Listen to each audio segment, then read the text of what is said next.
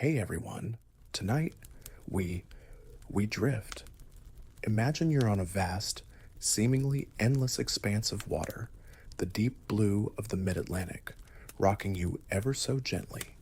It's not a cruise ship, mind you, with its glittering lights and buffet lines. No, this is something far more elemental, a wooden vessel creaking softly as it cuts through the waves. The only sounds the snap of canvas overhead and the hushed whisper of the ocean. You can almost taste the salt on your lips, feel the cool spray on your face. This is the world we're stepping into, the world of the brigantine Mary Celeste, a ship that sailed into one of maritime history's most enduring mysteries. It's a tale of an empty ship. Her crew vanished as if into thin air, leaving behind a perfectly seaworthy vessel. It's the kind of story that makes you glad for GPS and satellite phones. Honestly, back in 1872, with the kind of navigation they had and the storms that could whip up out of nowhere, you probably wouldn't have survived a voyage like this. It's a minor miracle anyone made it anywhere by sea back then, let alone across the Atlantic. So before you get too comfortable, take a quick moment to like the video and subscribe, but only if you genuinely enjoy what I do here. It's just you and me and the gentle lapping of historical waves.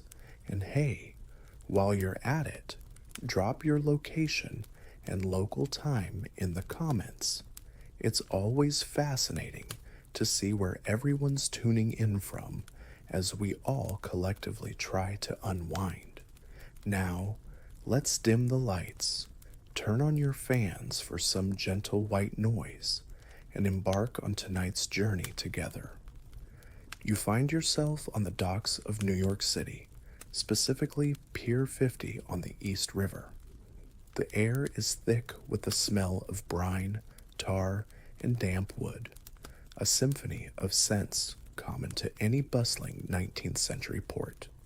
It's early November, 1872, and a crisp autumn chill bites at your cheeks. Before you, the Mary Celeste bobs gently, her timbers groaning a soft song against the pier. She's not a massive ship by any means, a two-masted brigantine, around 103 feet long and weighing 282 tons. Originally christened Amazon when she was built in Nova Scotia in 1861, she's had a rather unlucky history. Mainstream historical fact: she'd been through a few scrapes already, a collision, a grounding, even a fire. Some sailors, a superstitious lot, might have called her a cursed ship, but her new captain, Benjamin Spooner Briggs, isn't the type to be swayed by such talk. Captain Briggs is a man of good standing, known for his temperance and skill. He's a family man, and for this voyage, he's bringing along his wife, Sarah, and their 2-year-old daughter, Sophia. Imagine Sarah, probably bundled against the New York chill, perhaps a little apprehensive, but trusting in her husband's abilities. Little Sophia, a toddler, likely more interested in the pigeons on the dock than the momentous journey ahead.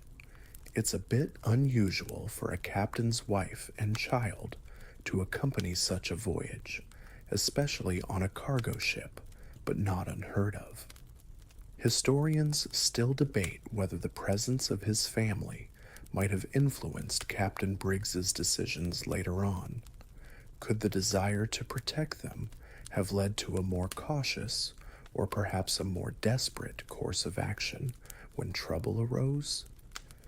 The cargo being loaded into her hold is potent. 1,701 barrels of denatured alcohol destined for Genoa, Italy. This isn't the fun kind of alcohol, mind you. It's industrial grade, meant for fortifying Italian wines. Think of it as very, very strong, very undrinkable moonshine. This detail, the nature of the cargo, will become a focal point of much speculation later. The crew is small, just 7 men besides the captain, 4 German sailors, 2 Americans, the first mate Albert Richardson, and the cook. They're experienced seamen by all accounts.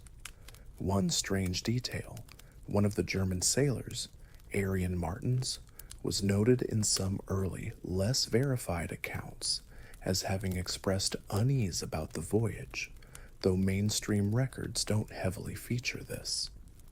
It's the kind of tidbit that adds a whisper of foreboding, like a slightly off-key note in an otherwise normal tune. You watch as the last of the provisions are stowed, the ropes are checked, and the ship prepares to catch the tide. There's a sense of anticipation, the quiet hum of a journey about to begin. You can almost hear the captain giving quiet, firm orders, the creak of the winches, the shuffling of feet on the wooden deck. The air is filled with the promise of the open sea, but also, unknown to anyone, the faintest whisper of an enduring enigma. The Mary Celeste is nearly ready to sail into history, or rather, out of it. The ship itself, despite her earlier mishaps, is considered sound.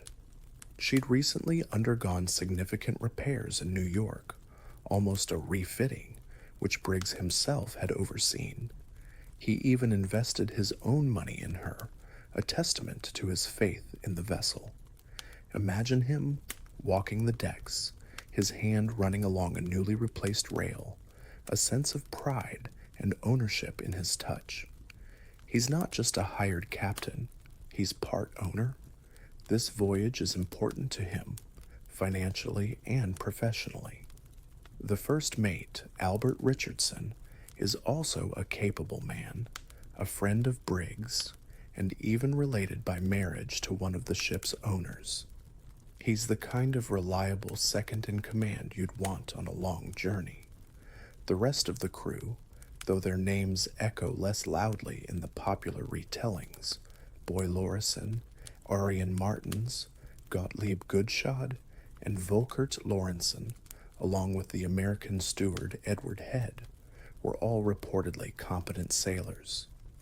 There's no indication of any unusual discord or incompetence among them before setting sail. It really does paint a picture of a standard departure. As you observe the final preparations, you might notice the ship's yawl, a small lifeboat, securely fastened in its usual place atop the main hatch. It's an essential piece of safety equipment, something no sensible captain would neglect. Remember that yawl? Its condition and whereabouts will become a key piece of the puzzle. The ship is also carrying a harmonium, a type of small pump organ which Sarah Briggs enjoyed playing. Picture her in the captain's cabin, perhaps playing hymns or popular tunes of the day to entertain Sophia, the gentle music a counterpoint to the rougher sounds of the sea. It's a homey touch, a reminder that this working vessel was also, for a time, a family's floating home. One slightly odd, marginal detail often overlooked is that the ship's chronometer, a vital instrument for determining longitude, was reportedly of good quality. However, some speculate about its accuracy after so many days at sea, or if it was even properly wound. Navigation in the 19th century was an art as much as a science, heavily reliant on accurate timekeeping. A faulty chronometer could lead a ship dangerously off course, though it doesn't explain an abandonment. The day of departure arrives, November 7th, 1872. The weather is noted as being fair as the Mary Celeste is towed from her pier and out into the harbor.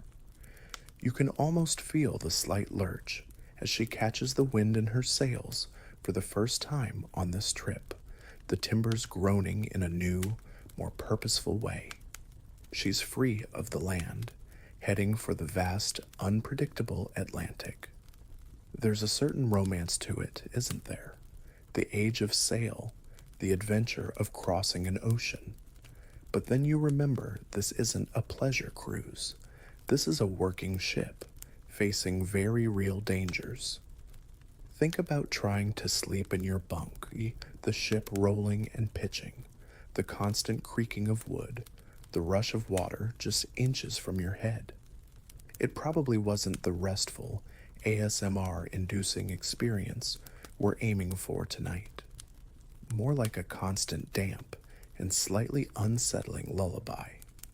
As the coastline of America begins to recede, becoming a faint smudge on the horizon, a sense of isolation would start to creep in. Just 10 souls aboard a small wooden ship, a tiny speck in the immensity of the ocean, carrying a cargo that, unbeknownst to them, might hold the key to their ultimate silence. The ship sails on, the days initially uneventful, just the routine of watches, meals, and the endless horizon. The last entry in the ship's log would be made on November 25th, placing them west of the Azores. After that, nothing but questions. You settle into the rhythm of the voyage, or at least you try to. Days aboard the Mary Celeste are a cycle of watches, meals, and the endless, mesmerizing, and sometimes terrifying expanse of the Atlantic. Imagine the creak, groan of the ship's timbers, a constant soundtrack to your existence. It's a sound that either lulls you into a deep, sea-rocked sleep or keeps you perpetually on edge, wondering if the next groan will be its last. Probably a bit of both. At night, the stars are brilliant, undimmed by city lights, a vast, glittering canopy that feels close enough to touch. But then you remember you're on a tiny speck of wood in the middle of a very big, very dark ocean, and maybe those stars feel a little too distant, a little too indifferent.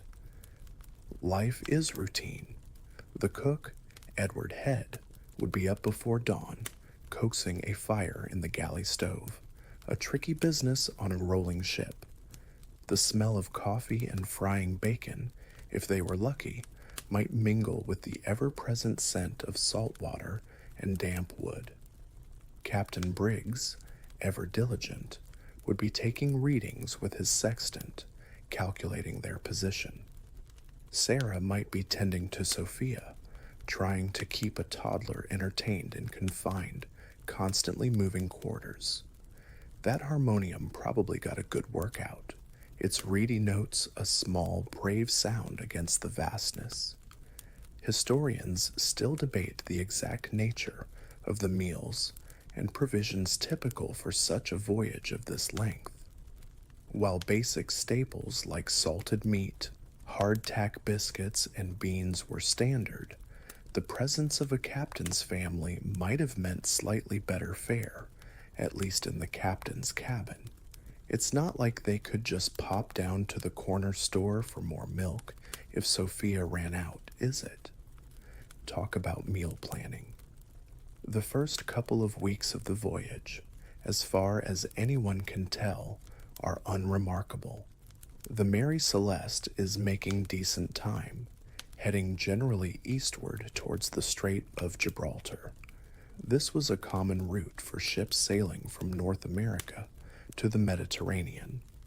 Mainstream historical fact: vessels would often use the prevailing westerly winds of the North Atlantic to make good eastward progress. It was a well-traveled path, but that didn't make it inherently safe. You're always at the mercy of the weather, and Atlantic storms can be ferocious, appearing with little warning. One strange detail sometimes mentioned in older accounts, though hard to verify, is that some ships in that era carried cats not just for rodent control, but also as a sort of furry barometer. Their behavior was believed to predict storms. Whether the Mary Celeste had a ship's cat is lost to history, but it's a quaint, if not entirely scientific, image, probably more reliable than some of the weather forecasts we get today, come to think of it. Imagine the crew going about their duties, swabbing the decks, a never-ending task, mending sails, checking rigging. There's a camaraderie that develops on such voyages, born of shared experience and mutual dependence. Small annoyances can also flare up, of course. Who used up all the good coffee? Who's snoring like a foghorn in the forecastle? But generally, discipline and routine keep things orderly. You might overhear snippets of German from the forecastle, mixed with American English. The language barrier probably wasn't a huge issue. Sailors were a cosmopolitan bunch, and a certain amount of pidgin and gesture goes a long way when you're all, quite literally, in the same boat. The ship would pass the Azores Islands, a remote Portuguese archipelago, sometime around the 24th or 25th of November. These islands were often a landmark for Atlantic navigators, a sign that you were making good progress towards Europe. The last entry on the ship's slate log, found later, was for 5 a.m. on November 25th, 1872. It noted their position as being about 6 nautical miles from the island of Santa Maria in the Azores. The weather was recorded as being rough. This is a critical piece of information. The proximity to land, yet the decision not to seek shelter, has puzzled many. What happened between that last log entry and the ship being found abandoned and adrift, hundreds of miles further east, 9 days later? The silence that descends after this final, scratchy notation is deafening. It's like a book with the last chapter ripped out. You can almost picture Captain Briggs, or perhaps First Mate Richardson, making that last entry, the ship bucking in heavy seas, the lantern light flickering, unaware that these would be the last recorded words from anyone aboard the Mary Celeste. The ship and everyone on it is about to sail over an invisible horizon into the realm of the unknown. The ordinary, the routine, is about to curdle into the extraordinary and the inexplicable. So there you are, metaphorically speaking, on the Mary Celeste, just off the coast of Santa Maria in the Azores. It's 5 a.m. on November 25th, 1872. The ship's slate records rough weather. Now, rough weather, for a seasoned 19th century sailor, could mean anything from a bit choppy, spill your coffee, to hold on for dear life. The ocean is actively trying to murder us. Given what happens next, or rather what doesn't happen, it's probably leaning towards the more dramatic end of that scale. You can imagine the scene. Dawn is still a gray promise on the horizon, the sky a bruised purple. Waves, cold and relentless, are crashing over the bow, sending plumes of icy spray high into the rigging. The wind howls, a mournful, angry sound, whipping through the taut ropes and canvas, making the masts groan in protest. Captain Briggs, a man with over 2 decades of sea experience, wouldn't have taken such conditions lightly, especially with his wife and child aboard. Historians still debate whether his decision not to seek immediate shelter in the Azores, despite being so close, was a testament to his confidence in his ship and crew, a misjudgment of the storm's severity, or perhaps an indication that the real trouble, whatever it was, hadn't fully manifested yet. Maybe he thought they could ride it out, make for clearer waters. It's one of those frustrating what-ifs that cling to the Mary Celeste like barnacles. The Azores were known as a potential, if sometimes risky, stop for repairs or shelter but also notorious for sudden gales. The ship is likely being tossed around like a toy. Below decks, it's a chaotic symphony of creaking timbers, shifting cargo, and the roar of the ocean against the hull. Trying to sleep would be impossible. Even staying in your bunk would be a challenge. Little Sophia would likely be terrified, and Sarah Briggs doing her best to comfort her, perhaps wedged into a corner of the small cabin, praying for the storm to pass. Mainstream historical fact: navigational errors or damage to the rudder or sails were common consequences of severe storms for ships of this era, often leaving them crippled or at the mercy of the currents. Imagine the strain on the crew, fighting to maintain control, their faces slick with rain and salt water, muscles aching from wrestling with the wheel or frozen ropes. It's exhausting, relentless work. One strange detail that sometimes crops up in less formal accounts is the idea that the ship's pumps might have been faulty or couldn't keep up with the amount of water being taken on, though the official surveys later found them in working order. It's the kind of detail that fuels what-if scenarios. What if they thought the pumps were failing? For the next 9 days, from November 25th until December 4th, the Mary Celeste sails on, but into a void of information. No more log entries, no signals, no sightings. It's during this silent, unrecorded passage that whatever compelled 10 people to abandon a perfectly seaworthy ship occurs. Did the storm worsen? Did the cargo of industrial alcohol begin to cause problems? Did some other unforeseen terror strike? The ship herself isn't talking, at least not in a language we immediately understand. She just sails on, a ghost ship in the making, carrying her secrets eastward. It's like that feeling when your Wi-Fi just drops. 1 minute you're connected and everything's fine, the next, just nothing. Except here, the stakes are infinitely higher than a dropped video call.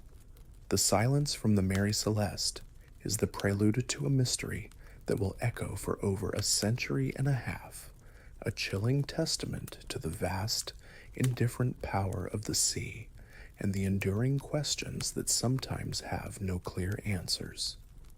You can almost feel the tension building, the ordinary world slipping away, replaced by a growing sense of unease as the ship sails on, her human voices now silent, her decks soon to be empty. Now let's shift our perspective. Imagine you're no longer on the increasingly eerie Mary Celeste. Instead, you find yourself aboard another vessel, the Canadian brigantine Dei Gratia. It means, by the grace of God, which is rather fitting, or perhaps a bit ironic, given what's about to unfold. She's a sturdy ship, much like the Mary Celeste, and she's also on a transatlantic journey, having left New York on November 15th, about 8 days after the Mary Celeste, also bound for the Mediterranean, specifically Gibraltar, with a cargo of petroleum. Her captain is a man named David Reed Morehouse, and here's a fascinating little intersection of lives that feels like it's straight out of a novel. Captain Morehouse knew Captain Briggs. Some accounts say they were good friends and had even had dinner together in New York before their respective departures. Imagine that. A casual meal, talk of winds and cargoes, completely unaware that their paths would cross again under such bizarre circumstances in the vast emptiness of the Atlantic. It gives you a shiver, doesn't it? Like a cosmic prank. It's now the afternoon of December 4th, 1872. Some sources cite December 5th, but the initial reports and logs tend to favor the 4th for the actual discovery, this being one of those small historical details that gets fuzzed over time like an old photograph. The Dei Gratia is about 400 nautical miles east of the Azores, midway between those islands and the coast of Portugal. The weather, which had been rough, has moderated somewhat, but the seas are still a bit choppy. You're on deck, perhaps, scanning the horizon. It's a mostly empty vista of gray-green water and a wide, indifferent sky. Suddenly, the lookout cries, "Sail ho!" In the distance, another vessel is sighted. This isn't entirely unusual. These were shipping lanes, after all, but there's something off about this ship. As the Dei Gratia draws closer, you see she's a brigantine like yourselves. Her sails are set, but they're in a bit of disarray. Some are tattered, others are set oddly, causing her to yaw or move erratically in the water. She's not holding a steady course. It's like watching someone try to walk a straight line after one too many celebratory beverages at the sailor's pub. Captain Morehouse, through his spyglass, observes her with growing concern. She's moving, but in an uncontrolled way, as if no one is at the helm. He recognizes the ship. It's the Mary Celeste. Mainstream historical fact: the law of salvage at sea meant that bringing a derelict ship and its cargo safely to port could result in a very substantial reward for the salvors, often a significant percentage of the value of the salvaged ship and goods. This was a powerful incentive, but it also opened the door to suspicion if things looked too convenient. Captain Morehouse orders his crew to try and hail her. Shouts carry across the water, but there's no response. The Dei Gratia circles the Mary Celeste slowly. The ship looks wrong, deserted. There's an eerie silence emanating from her decks, a silence that speaks louder than any cry for help. Historians still debate the exact emotional state of Captain Morehouse and his crew at this point. Were they primarily excited by the prospect of salvage, or genuinely concerned for fellow mariners, or perhaps a mix of both, tinged with a creeping sense of dread? It's hard to imagine not feeling a profound unease. One strange detail noted by the crew of the Dei Gratia was that the Mary Celeste was sailing as if she had been left to herself, with no one apparently steering her for some time. Her jib and fore-topmast staysail were set, while other sails were furled or had blown away. It suggested a sudden departure rather than a careful, planned abandonment. Hours pass as they observe her. No sign of life, no smoke from the galley stove, no figures on deck. It's as if she's a Marie Antoinette of the seas, all dressed up but with nobody home, and definitely no cake. Captain Morehouse makes a decision. He needs to know what's happened. He orders his first mate, Oliver DeVoe, along with 2 other seamen, to take a small boat and board the silent vessel. Imagine the tension as they row across the choppy water separating the 2 ships. The Mary Celeste looms larger, her empty rigging creaking in the wind, the waves slapping against her hull. What will they find? Pirates? Evidence of a struggle? Or something even stranger? The anticipation is thick enough to spread on a hardtack biscuit. As they pull alongside, the ship seems to sigh, a gust of wind whistling through her tattered sails, as if reluctant to give up her secrets. The men prepare to climb aboard, stepping from the relative known of the Dei Gratia into the profound unknown of the ghost ship Mary Celeste. You can almost feel the damp chill as first mate Oliver DeVoe and his 2 sailors from the Dei Gratia hoist themselves over the railing and onto the deck of the Mary Celeste.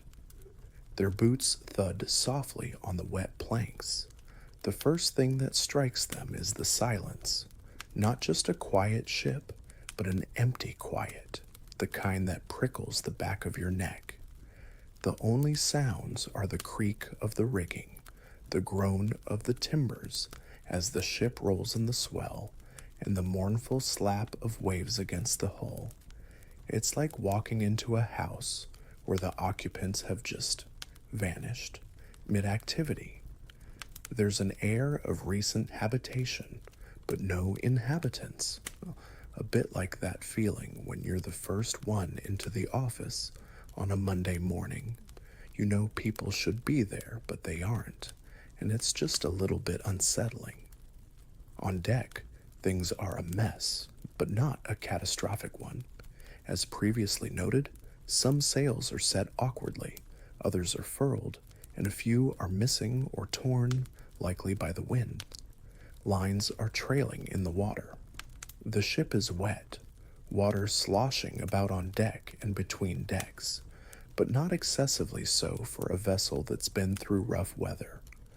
One of the ship's two pumps is found to be disassembled, its pieces laid out neatly, as if someone was in the middle of repairing or cleaning it. The other pump, when they try it, works. There's about 3.5 feet of water in the hold, which sounds like a lot, but for a wooden ship of this size after a storm, it's not necessarily alarming. Mainstream historical fact: wooden ships always leaked to some extent. Regular pumping was a part of life at sea. The amount of water, while notable, wouldn't have been enough to make experienced sailors abandon ship on its own, especially with one working pump. DeVoe and his men move cautiously, calling out, "Ahoy! Anyone aboard?" Their voices echo slightly, unanswered. They check the forecastle, where the crew would sleep. Blankets are damp and tossed aside on the bunks, as if recently vacated. Sea chests, containing the sailors' clothes and personal effects, are there. Oilskins, 19th century Gore-Tex basically, and sea boots are missing, suggesting the crew didn't leave in a panic without preparing for bad weather. Or perhaps they just really valued good rain gear. In the galley, pots and pans are stowed. There's food in the stores, enough for several more months. It's not as if they starved. They make their way to the captain's cabin. Here, the mystery deepens. Captain Briggs's bunk is unmade, the indentation still visible on the pillow. Sarah's sewing basket sits undisturbed, some mending apparently left mid-stitch. Sophia's toys are scattered, as if she'd just been playing. On the captain's desk, the ship's logbook is found. Its last entry, as we know, was made 9 days prior, on November 25th, off Santa Maria. The ship's charts are there showing their progress. However, the ship's chronometer and sextant, essential navigational tools, are missing. The ship's register, its official papers, is also gone.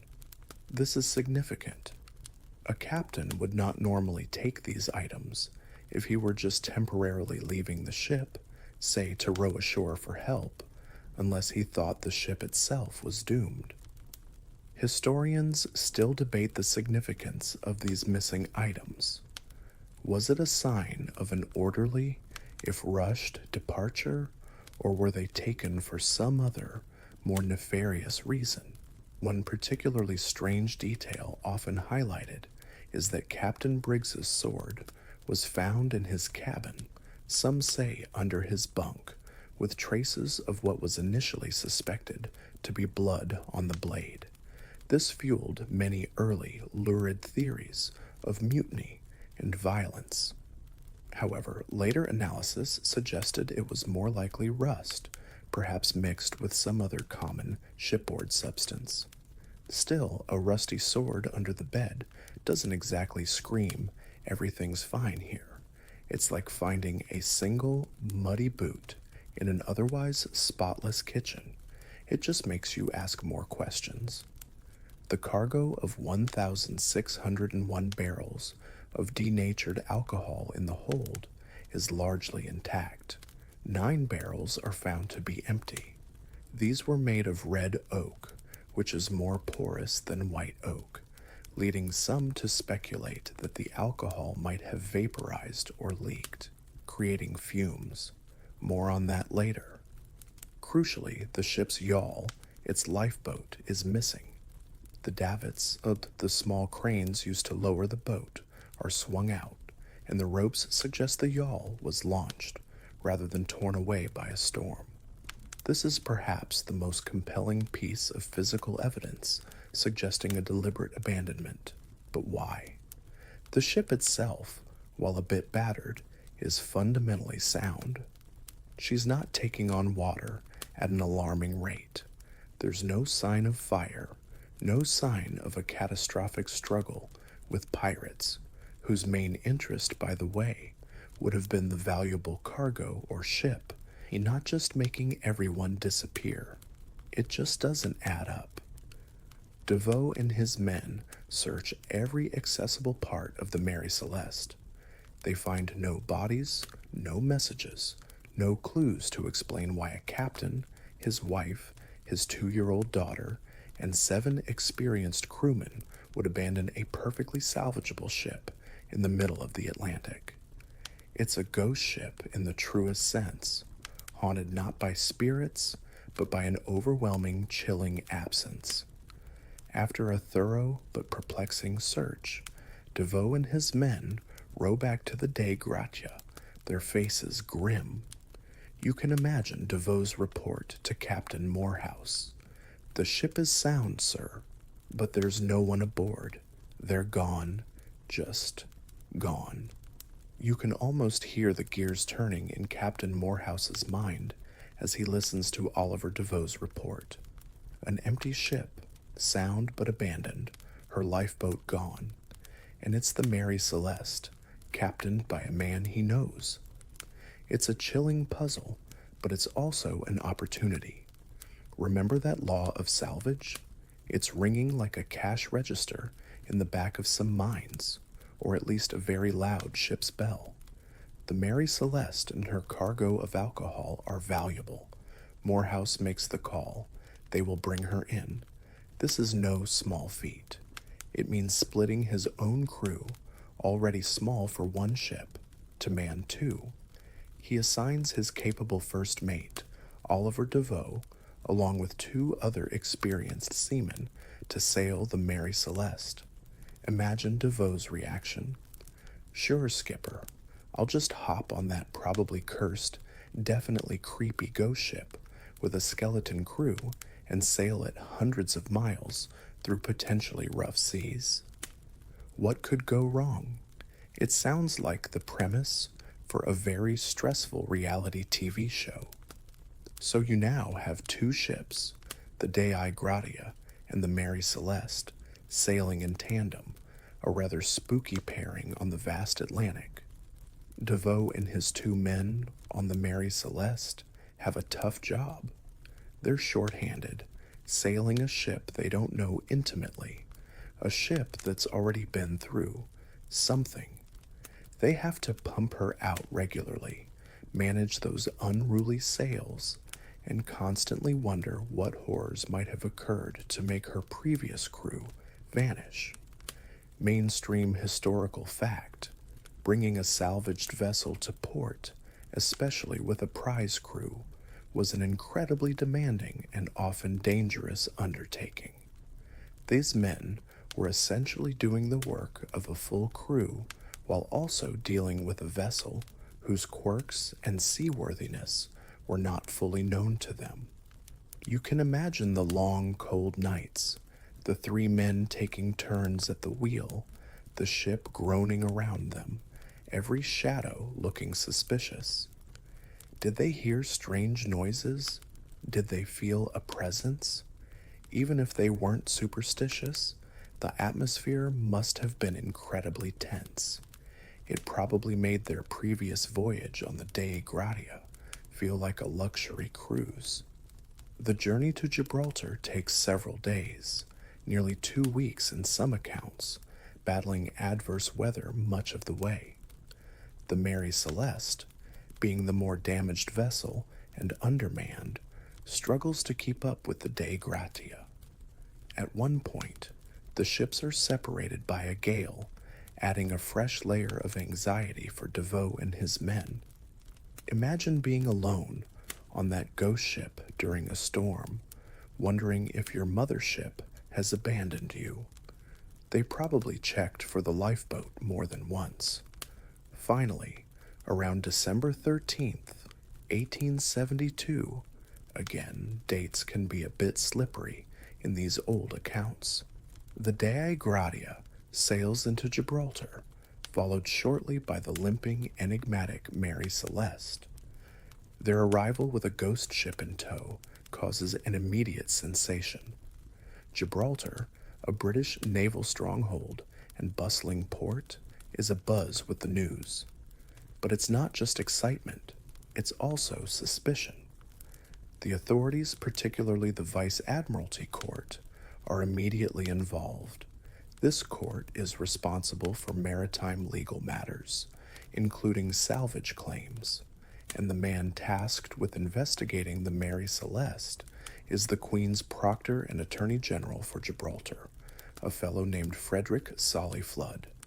Remember that name? Flood is a character. Diligent, certainly, but also, as events would prove, rather prone to elaborate and somewhat sinister theories. He's not the type to just say, weird, and sign off on the salvage payment. Oh no, he's going to investigate. One strange detail from this period is that some of the initial dockside rumors were incredibly wild, suggesting everything from giant squid attacks to the crew being abducted by Barbary pirates, even though piracy of that sort was largely a thing of the past in those waters. People love a dramatic story, especially if it means they don't have to swab the decks. Historians still debate the fairness and objectivity of Frederick Solly Flood's subsequent inquiry. Was he a meticulous public servant trying to uncover wrongdoing, or a man a little too eager to find a villain, perhaps influenced by the significant sum of money involved in the salvage claim? Captain Morehouse and his crew, who probably thought they were heroes for bringing the ship in, suddenly find themselves under a cloud of suspicion. Flood seems to have quickly developed a theory that foul play was involved, and that perhaps the crew of the Dei Gratia knew more than they were letting on. Maybe, he suspected, there was even collusion, or worse, that the Mary Celeste's crew had been murdered by Morehouse's men for the salvage money. It's a serious accusation, and one that would drag the proceedings out for months, turning what should have been a straightforward, albeit mysterious, salvage case into a grueling ordeal for the crew of the Dei Gratia. The initial inspection by the court surveyor in Gibraltar confirmed much of what DeVoe had found. The ship was seaworthy, the cargo mostly intact, but also noted things like apparent axe marks on the rails and that peculiar blood-stained sword, which Flood seized upon as evidence. The mystery isn't just about what happened to Captain Briggs and his crew anymore. It's now also about whether Captain Morehouse and his men will get their rightful salvage, or if they'll be implicated in something far darker. The quiet, lonely mystery of the mid-Atlantic is about to become a very noisy, very public legal drama. So the Mary Celeste sits in the harbor at Gibraltar, no longer just a drifting enigma, but now Exhibit A in an increasingly perplexing legal case. Frederick Solly Flood, our diligent, perhaps a tad overzealous Attorney General, practically puts the ship under a microscope. Imagine him, prowling the decks, his spectacles perched on his nose, peering at every scuff mark and rope fiber as if it holds the key to a grand conspiracy. He orders a minute examination of the vessel. Divers inspect the hull, carpenters scrutinize the timbers, and every item brought ashore by DeVoe and his men is catalogued and questioned.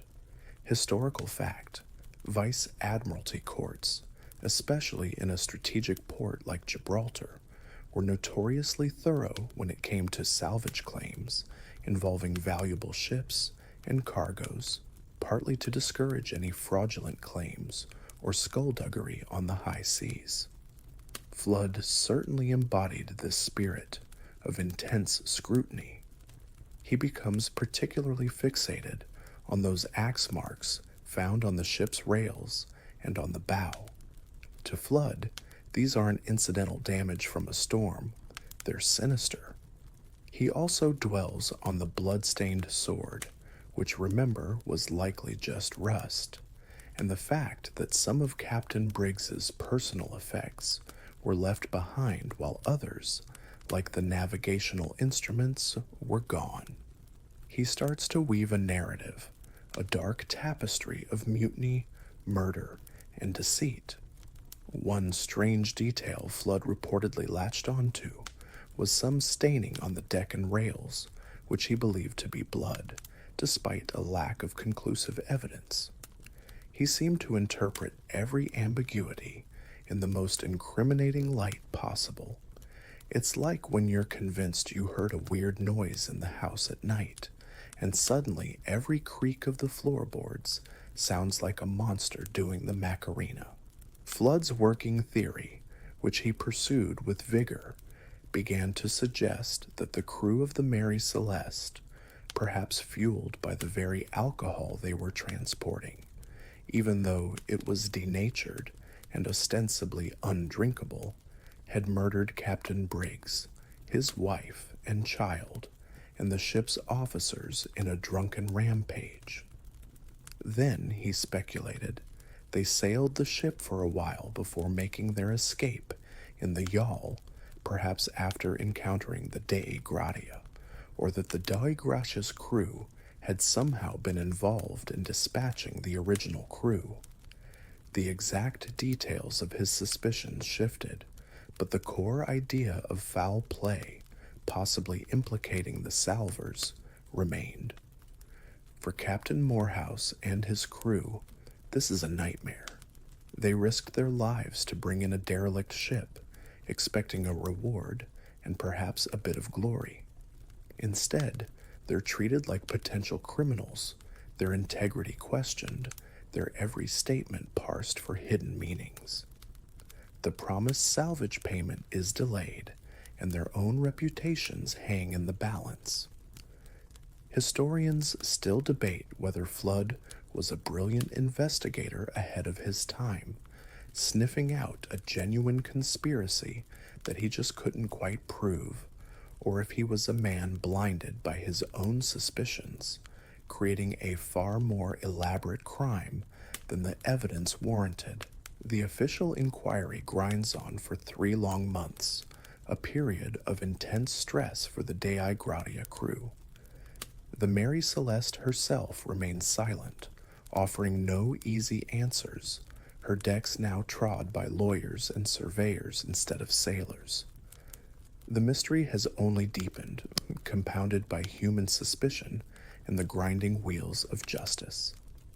The stage is now set for a deeper dive into what might truly have happened to those 10 lost souls, as theories bloom like algae in a stagnant pool.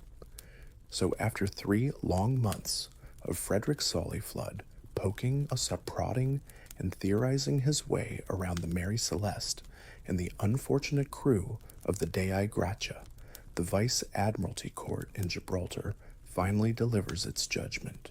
You can imagine Captain Morehouse and his men standing stiffly, probably wearing their least shabby clothes, waiting to hear if they're going to be rewarded as heroes or quietly escorted to the nearest jail. The court, perhaps not entirely convinced by Flood's more elaborate flights of fancy about murderous drunken sailors or colluding salvors, ultimately finds no concrete evidence of foul play committed by the Dei Gratia crew. Phew. Mainstream historical fact. The crew of the Dei Gratia was awarded salvage money, but it was only 1,700 pounds, about $8,300 at the time, which was a surprisingly small fraction, roughly one-fifth of the total value of the Mary Celeste and her cargo, which was estimated at over 9,000 pounds, around $44,000. This relatively low sum, and Flood's official report, which still dripped with suspicion despite the lack of proof, suggested the court wasn't entirely dismissing the possibility that something untoward had occurred, even if they couldn't pin it on anyone. It was like getting an A on a test, but the teacher writes, "I'm watching you," in the margin. Flood, in his final report, clung to his belief that the crew of the Mary Celeste had gotten into the alcohol, murdered Captain Briggs, his family, and the officers in a violent frenzy, and then fled in the lifeboat. He pointed to those axe marks on the rail as evidence of violence, and the bloodstains, still most likely rust or something equally innocuous, as proof of a deadly struggle. Never mind that the denatured alcohol was basically poison and would likely make you incredibly sick before you got drunk enough for a murderous rampage, or that there were no obvious signs of a major battle in the cabins. Details, details. With the official inquiry technically closed, though clouded by Flood's lingering suspicions, the floodgates, pun absolutely intended, of public speculation burst wide open. The Mary Celeste became an international sensation, the 19th century equivalent of a viral mystery. Newspapers and magazines had a field day. Imagine people in smoky London pubs or quiet New England parlors, leaning in close, whispering their own theories. It was pirates, I tell you, one might declare, despite the fact that old-school Barbary pirates were pretty much out of business by 1872, and any modern pirate would have likely looted the valuable cargo or taken the ship itself, not just made everyone disappear and left the booze behind. That's like robbing a bakery and only taking the baker's hat. The mutiny theory, as championed by Flood, did have its supporters. Perhaps the German crew, as some xenophobic narratives suggested, rose up against their American officers. But again, the evidence on board didn't really support a chaotic, violent uprising. Personal belongings were mostly untouched. The ship wasn't ransacked. If there was a mutiny, it was the tidiest, most considerate mutiny in naval history. They even, apparently, stopped to disassemble one of the pumps neatly. Scholarly debate continues to this day about Flood's influence. Did his insistence on foul play actually hinder the search for a more rational explanation by focusing attention on sensational but unlikely scenarios? One of the more outlandish early theories, a strange detail, if you will, that gained some temporary traction, involved a giant squid or some other unknown sea monster attacking the ship and selectively plucking the crew off the deck one by one. You can picture the dramatic newspaper illustrations. While it makes for a thrilling creature feature, there was, of course, zero evidence of any such encounter. No suction cup marks, no giant tentacles left wrapped around the mast. It's the kind of theory that makes you wonder if someone had gotten into something a bit stronger than denatured alcohol themselves. The truth is, these early theories, heavy on violence and melodrama, often said more about the anxieties and imaginations of the era than about the likely events on the Mary Celeste. The idea of a peaceful, orderly abandonment of a sound ship was just too boring, too mundane for such a dramatic setup. Human nature, it seems, prefers a good villain or a terrifying monster to a simple, tragic accident or a series of unfortunate events. But as we'll see, the more plausible explanations, while perhaps less sensational, are no less intriguing. All right, so if we're setting aside the pirates, the mutineers, and the hypothetical giant squid with a penchant for collecting sailors, where does that leave us with the Mary Celeste? The investigators, and indeed the public, slowly started to drift towards theories that involved less melodrama and more maritime misfortune. After all, the Atlantic in the 19th century wasn't exactly a leisurely boat pond. It was a formidable force, capable of conjuring up all sorts of nautical nightmares. One persistent idea is the rogue wave theory. Imagine you're on deck. The ship is already battling heavy seas, as indicated by that last log entry.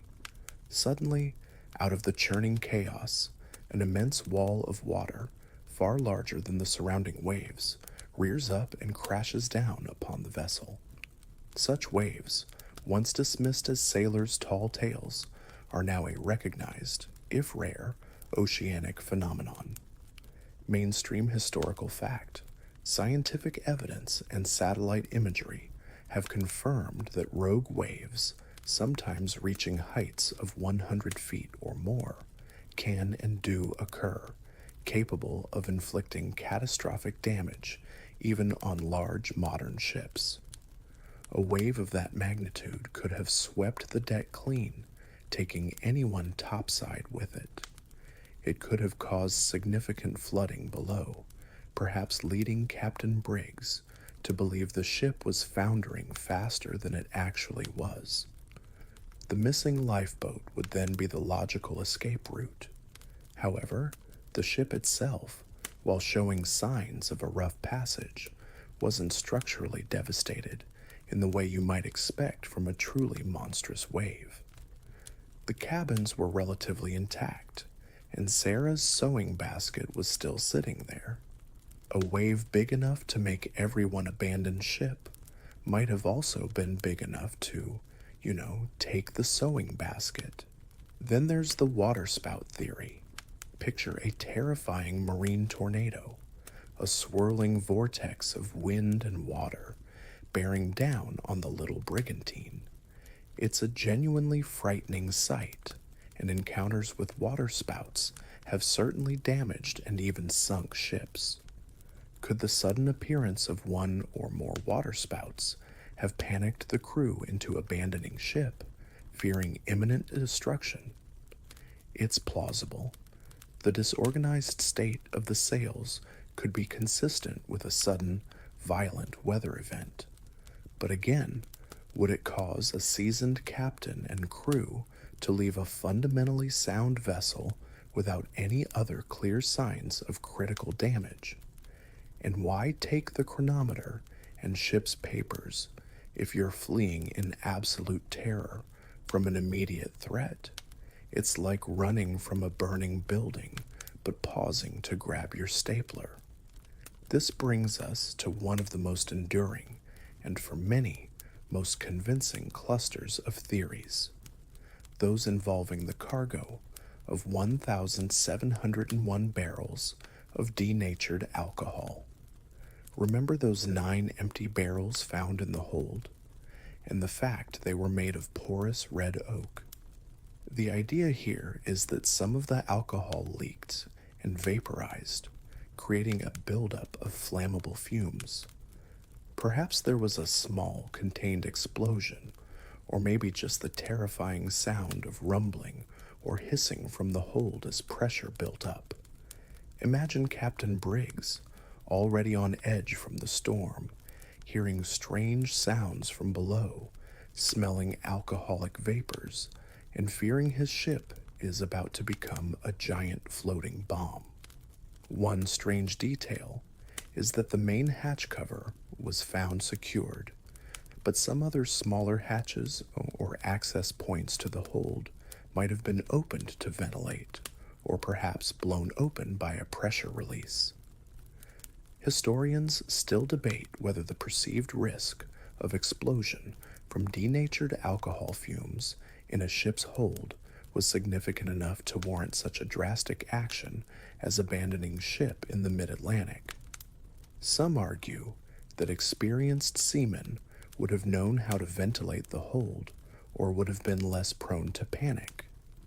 Others suggest that the combination of a fierce storm, the unknown nature of the fumes, denatured alcohol was still a relatively new cargo for some, and the responsibility for his wife and child might have pushed Captain Briggs to an extreme, albeit understandable, precaution. Perhaps they opened the hatches to try and vent the fumes, and then a wave came over and swamped the hold further, convincing them the ship was truly lost. They pile into the yawl, maybe intending to stand off from the ship at a safe distance until the danger passed, or to make for Santa Maria, which wasn't impossibly far according to their last log. They might have even trailed a line to the Mary Celeste, hoping to reboard.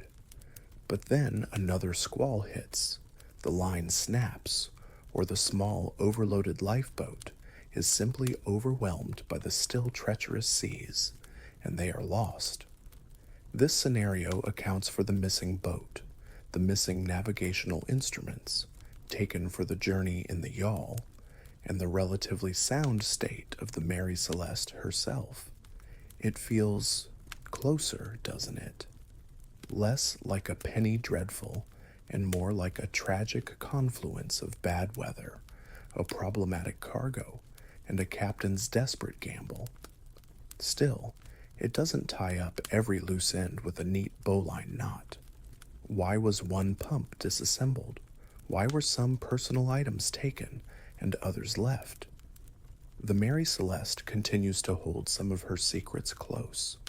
So we've navigated through storms of speculation, from mutinous pirates to exploding alcohol, while the theory of Captain Briggs abandoning ship due to fear of the alcohol cargo, possibly after a minor tremor or release of fumes during rough weather, and then perishing in the overloaded yawl seems the most widely accepted by maritime historians.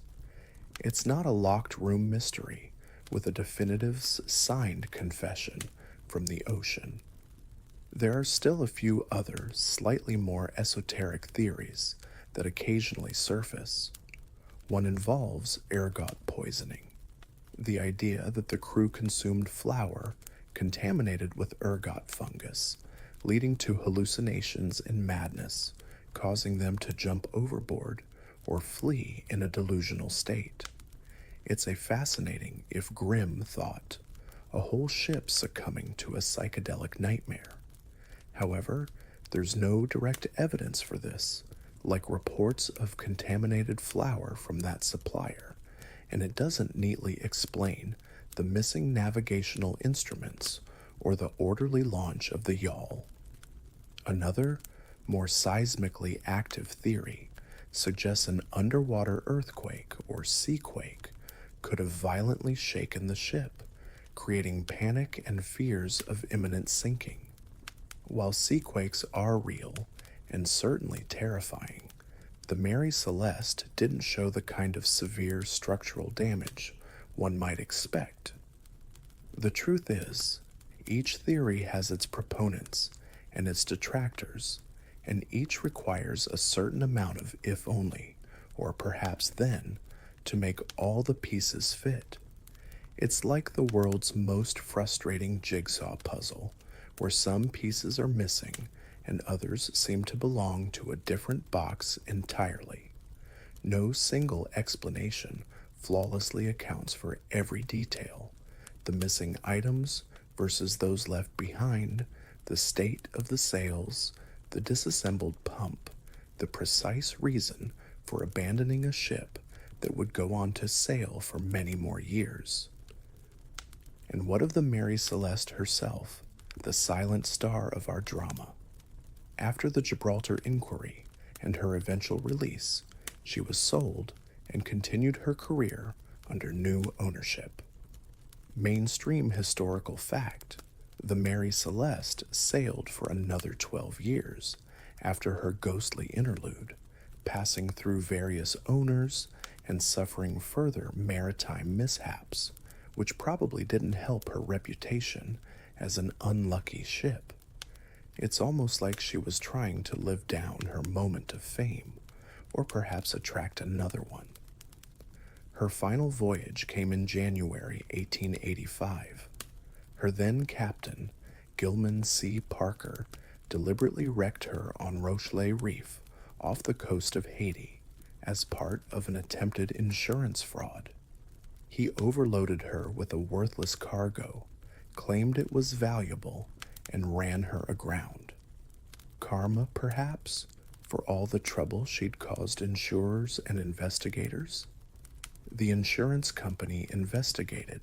Parker and his associates were charged, but the case ultimately collapsed.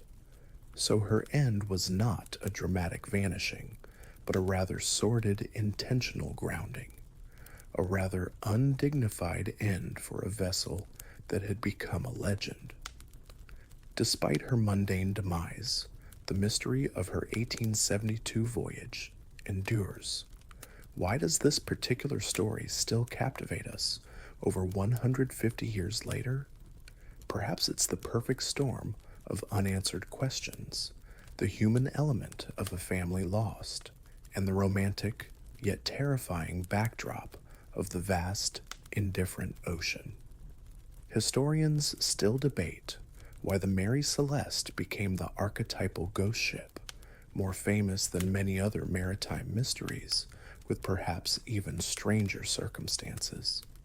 Maybe it was the timing, the way the story was reported, or just the sheer tantalizing lack of any definitive clues. One strange detail is that over the years, various individuals have claimed to be descendants of survivors, or to have new deathbed confessions explaining the mystery, though none have ever stood up to serious scrutiny. People just want to solve it, even if it means inventing an ending.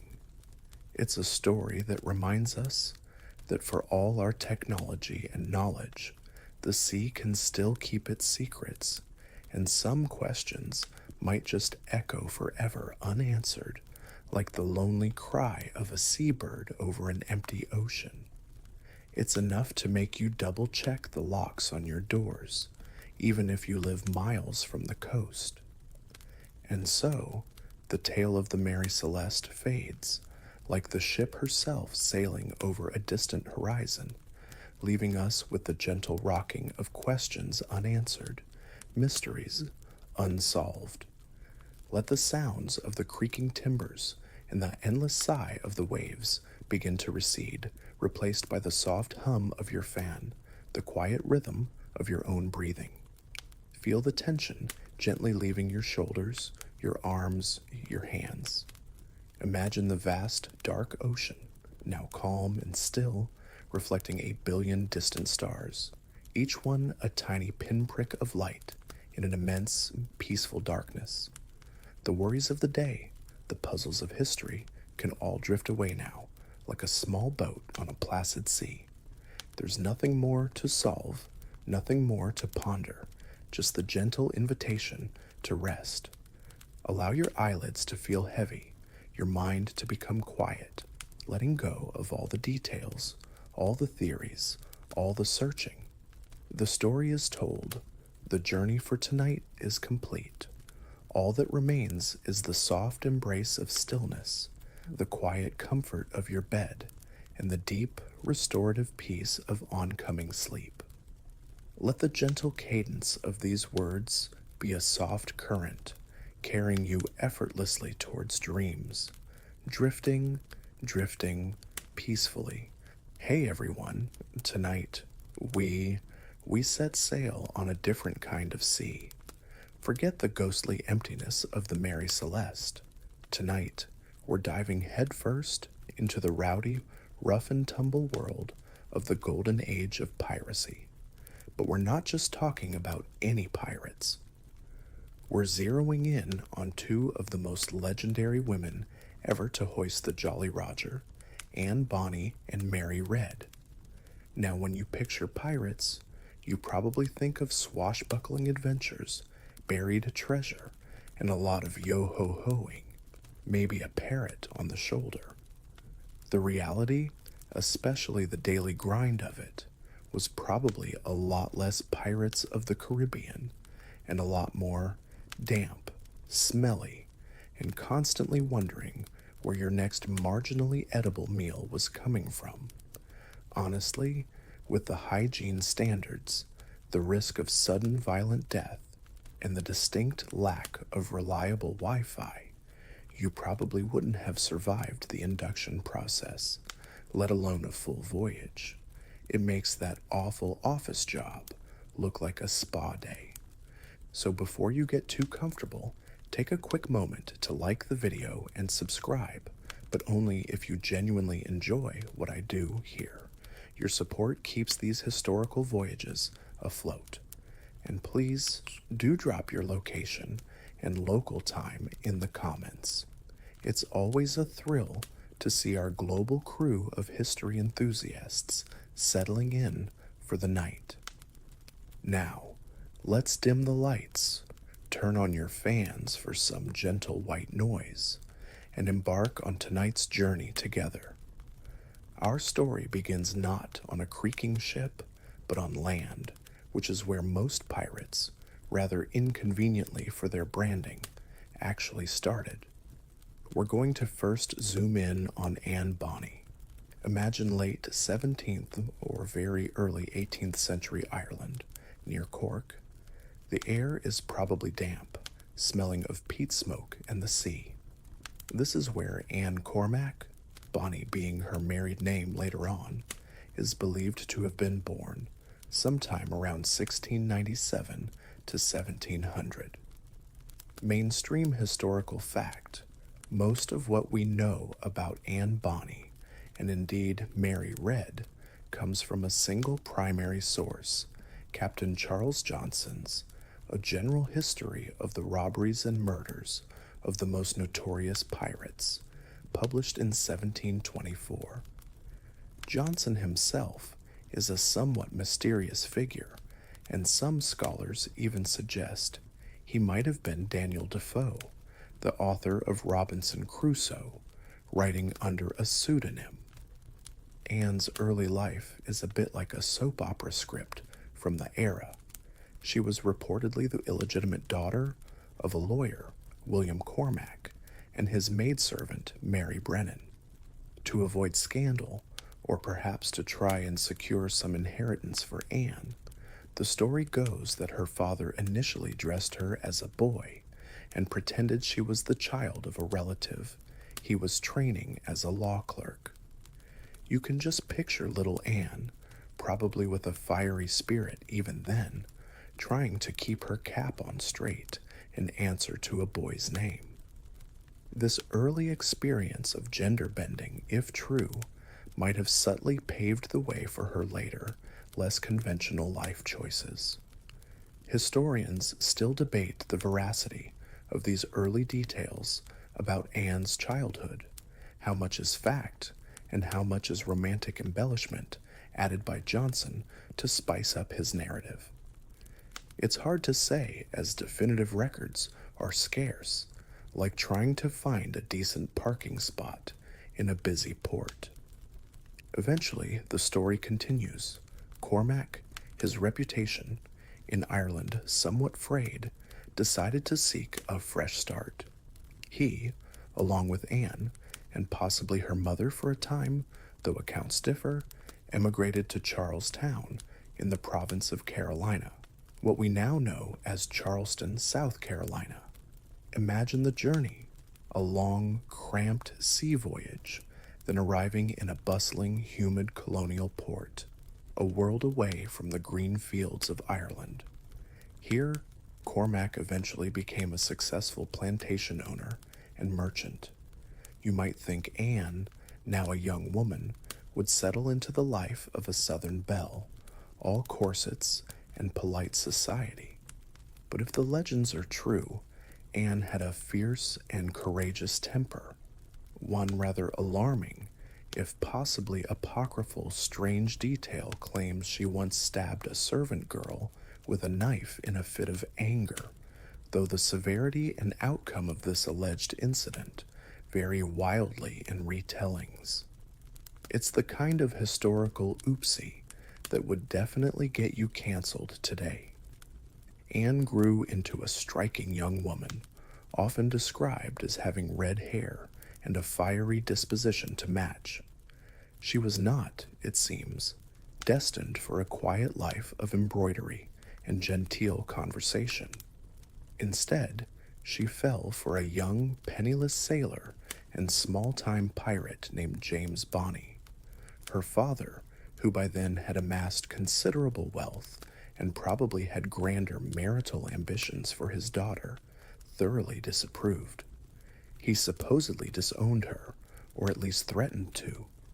Did Anne care? Not a bit, if the stories hold water. Sometime around 1718, she eloped with James Bonny, and they sailed for New Providence in the Bahamas, the infamous pirate haven of Nassau. You can almost feel her relief, escaping the constraints of colonial society, trading polite tea parties for the rowdy anything-goes atmosphere of a pirate den. Nassau at this time was a chaotic melting pot of pirates, smugglers, traders, and those who preyed on them. It was a place where fortunes could be made and lost overnight, and where survival depended on wit, grit, and a fast blade. For Anne, it must have felt like finally finding a place where her untamed spirit could breathe, even if the air was thick with cheap rum and desperation. Little did she know, her real pirate adventure was just about to begin, and it wouldn't be with James Bonny. Now, while Anne Bonny is soaking up this, let's call it unique atmosphere of Nassau, probably already growing tired of her rather unambitious husband, James, our story takes us across the Atlantic, back to England, to meet the other half of our legendary duo, Mary Red. Her early life, much like Anne's, is shrouded in a similar fog of hearsay and dramatic embellishment, again thanks primarily to Captain Charles Johnson. If you thought Anne's origin story had a theatrical flair, Mary's is ready for its own miniseries. Mary Red was supposedly born in England around the late 1680s or early 1690. Her mother, the story goes, had been widowed young and had a legitimate son. However, this son died. Shortly after, Mary was conceived illegitimately with another man. Now here's where it gets crafty. Mary's paternal grandmother, the mother of her mother's deceased husband, was providing financial support for the legitimate grandson. To keep this income stream flowing after the boy died, Mary's mother decided to pass off the infant Mary as her late son. So from a very young age, Mary was dressed as a boy and presented to the unsuspecting grandmother as Mark. It's a bit like a long-con sitcom plot, but with higher stakes and probably fewer laugh tracks. This deception continued for years. Imagine Mary growing up, constantly reminded to act like a boy, to suppress any girlish inclinations, all to maintain this financial charade. As Mark, Mary was pushed out to earn a living. Mainstream historical fact. For young people without means in that era, options were limited, often involving apprenticeships or service. Mary, still in her male disguise, was first sent to be a footboy to a French lady. Apparently, this wasn't thrilling enough for her adventurous spirit. Too much polishing silver, not enough swashbuckling, perhaps. So Mark ran off and enlisted in the infantry in Flanders. Yes, you heard that right. She joined the army as a man. This wasn't just a weekend camping trip. She reportedly served with distinction, facing the brutal realities of European warfare at the turn of the 18th century. Think mud, cannons, and the constant threat of disease, which was often a bigger killer than actual combat. It makes you wonder how many other Marks were actually Marys, hidden in the ranks. She later switched to a cavalry regiment, still disguised as a man, and is said to have fought bravely in several battles. It was here that she fell in love with a fellow soldier, a Fleming. Apparently, she was quite capable of keeping her secret, but love, as it often does, complicated things. She eventually revealed her true gender to him. His reaction, according to Johnson, was one of astonishment, but also continued affection. They got married, and for a brief, shining moment, Mary Red lived openly as a woman. They pooled their resources, left the army, and opened an inn near Breda in the Netherlands called De Drie Hoefijzers, the Three Horseshoes. Picture it, Mary, finally out of her itchy uniform, perhaps enjoying a more conventional life, serving ale and food to weary travelers. It's a surprisingly domestic interlude in a life otherwise defined by adventure and deception. Sadly, this period of peace didn't last. Her husband died young, possibly from illness. The inn's fortunes declined, perhaps due to peace breaking out and fewer soldiers passing through, a classic case of your target demographic disappearing. Historians still debate how much of this romantic interlude is entirely factual or if it was shaped by Johnson to add a touch of pathos. What is known is that Mary, finding herself alone and likely impoverished, did what she knew best. She donned men's clothing once more and sought her fortune. It was a practical decision in a world with few opportunities for single women without family support. She boarded a Dutch merchant ship heading for the West Indies. You can almost feel the familiar weight of the male attire settling back on her shoulders, the resolve hardening in her eyes. The sea, with its promise of anonymity and perhaps adventure, called to her again.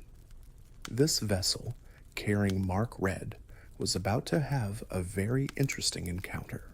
The daily grind of a merchant sailor, the hard labor, the bad food, the endless watches, was probably a harsh reality. But for Mary, it was also a path back to a life of her own making, a life that would soon intersect, quite dramatically, with the world of pirates and another fiery spirit named Anne Bonny.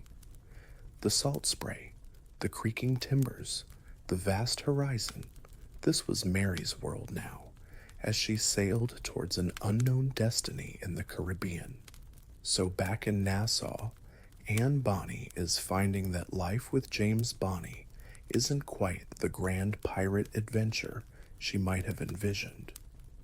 James, it turns out, was more of a small-time informant and occasional small-fry pirate than a swashbuckling captain of legend.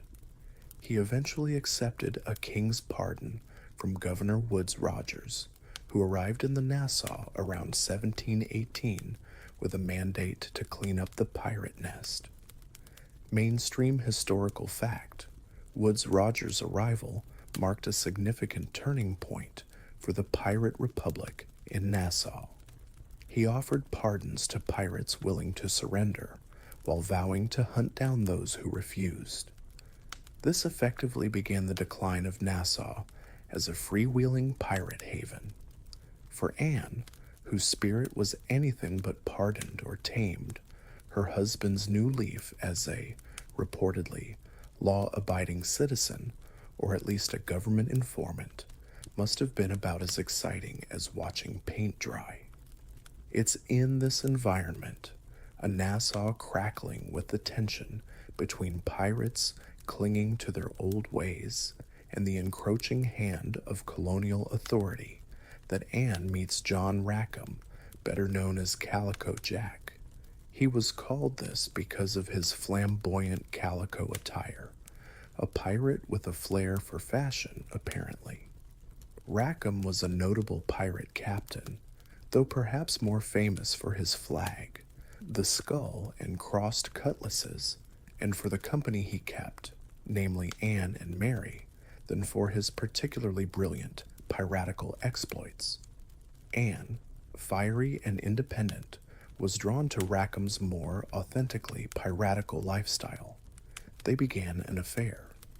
One strange detail that paints a picture of Anne's audacity is a story, likely exaggerated, that she openly berated her husband in public, or even beat him when he objected to her carousing with Rackham's crew. Whether she initially joined Rackham's crew, disguised as a man, or openly as a woman, is a point historians still debate. Some accounts suggest she was already dressing in men's clothes for ease and practicality in the rough environment of pirate ships, while others imply her gender was known, at least to Rackham.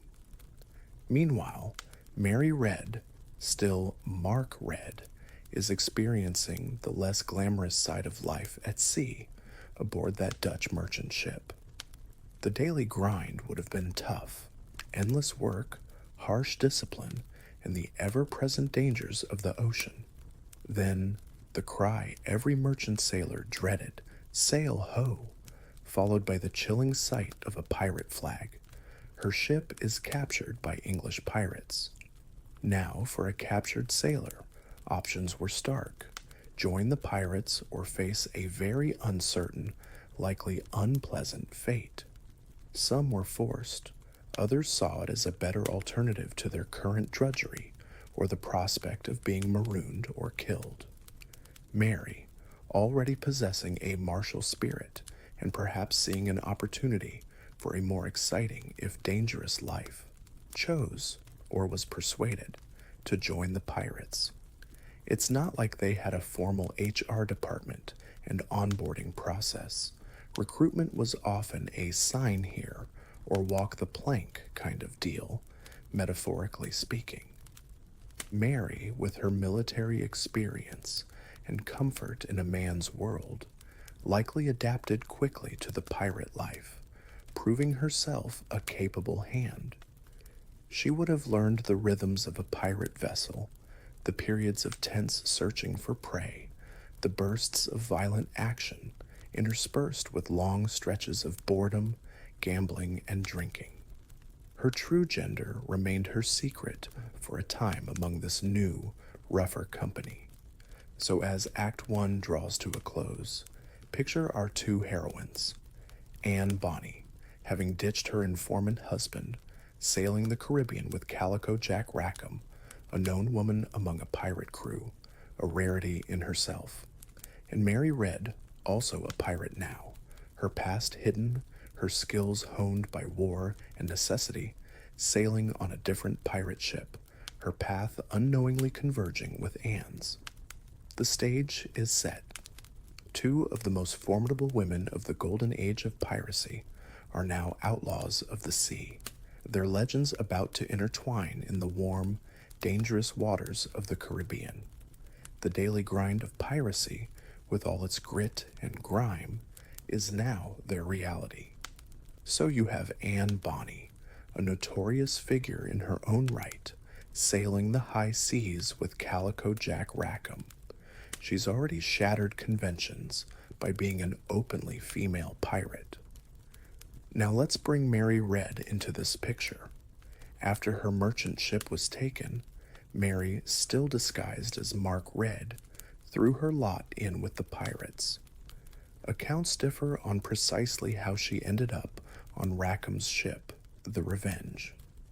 Some suggest the pirate crew she initially joined eventually took a pardon, or perhaps disbanded, and she, still seeking the pirate life, found her way to Rackham's more active and infamous crew. Others imply Rackham's crew captured a ship Mary was on, and she, as was her pattern, volunteered to join them. However it happened, fate, or perhaps just the chaotic currents of the pirate world, steered Mark Red to the deck of the Revenge. Now imagine the scene on this relatively small pirate sloop. It's crowded, it's smelly, a delightful miasma of unwashed bodies, bilge water, livestock if they had any, and stale rum. The Caribbean sun beats down mercilessly, and Bonnie, already a fixture on board and Calico Jack's lover, is by all accounts a striking, formidable presence. According to Captain Johnson's tales, Anne found herself drawn to the young, handsome Mark Red. She sees a kindred spirit, perhaps, someone with a similar audacious spark. Maybe Mark didn't spend all his time spitting tobacco juice and boasting like some of the other louts.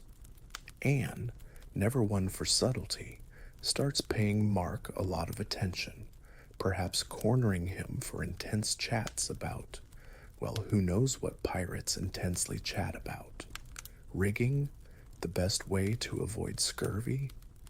This attention from the captain's fiery consort apparently makes Calico Jack a bit jealous and suspicious. He begins to wonder about this close bond forming between Anne and the new recruit. The story goes that Rackham, in a fit of pique, confronts Mark, possibly threatening him.